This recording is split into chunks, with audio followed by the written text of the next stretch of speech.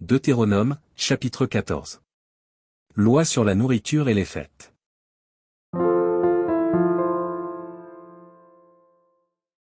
Vous êtes les enfants de l'Éternel, votre Dieu. Vous ne vous ferez point d'incision et vous ne ferez point de place chauve entre les yeux pour un mort. Car tu es un peuple saint pour l'Éternel, ton Dieu, et l'Éternel, ton Dieu, t'a choisi, pour que tu fusses un peuple qui lui appartint entre tous les peuples qui sont sur la face de la terre. Tu ne mangeras aucune chose abominable. Voici les animaux que vous mangerez, le bœuf, la brebis et la chèvre.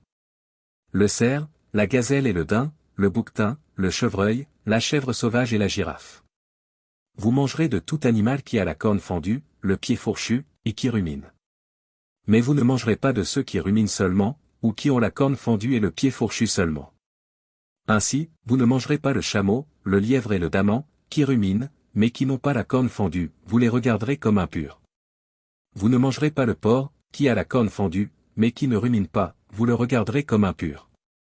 Vous ne mangerez pas de leur chair, et vous ne toucherez pas leur corps mort. Voici les animaux dont vous mangerez parmi tous ceux qui sont dans les eaux, vous mangerez de tous ceux qui ont des nageoires et des écailles. Mais vous ne mangerez d'aucun de ceux qui n'ont pas des nageoires et des écailles, vous les regarderez comme impurs. Vous mangerez tout oiseau pur. Mais voici ceux dont vous ne mangerez pas, l'aigle, l'orfraie et l'aigle de mer. Le milan, l'autour, le vautour et ce qui est de son espèce. Le corbeau et toutes ses espèces. L'autruche, le hibou, la mouette, l'épervier et ce qui est de son espèce. Le chaluan, la chouette et le cygne. Le pélican, le cormoran et le plongeon. La cigogne, le héron et ce qui est de son espèce, la huppe et la chauve-souris. Vous regarderez comme impur tout reptile qui vole, on n'en mangera point. Vous mangerez tout oiseau pur. Vous ne mangerez d'aucune bête morte, tu la donneras à l'étranger qui sera dans tes portes, afin qu'il la mange, ou tu la vendras à un étranger, car tu es un peuple saint pour l'Éternel, ton Dieu. Tu ne feras point cuire un chevreau dans le lait de sa mère. Tu lèveras la dîme de tout ce que produira ta semence, de ce que rapportera ton champ chaque année. Et tu mangeras devant l'Éternel, ton Dieu, dans le lieu qu'il choisira pour y faire résider son nom, la dîme de ton blé, de ton mou et de ton huile, et les premiers-nés de ton gros et de ton menu bétail, afin que tu apprennes à craindre toujours l'Éternel, ton Dieu. Peut-être lorsque l'Éternel, ton Dieu, t'aura béni, le chemin sera-t-il trop long pour que tu puisses transporter ta dîme, à cause de ton éloignement du lieu qu'aura choisi l'Éternel, ton Dieu, pour y faire résider son nom.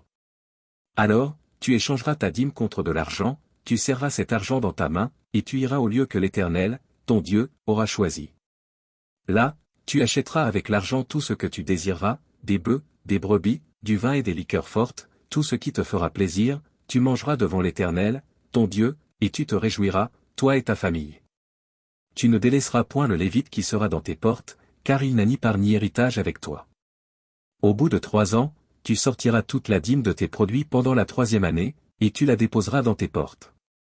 Alors viendront le Lévite, qui n'a ni part ni héritage avec toi, l'étranger, l'orphelin et la veuve, qui seront dans tes portes, et ils mangeront et se rassasieront, afin que l'Éternel, ton Dieu, te bénisse dans tous les travaux que tu entreprendras de tes mains.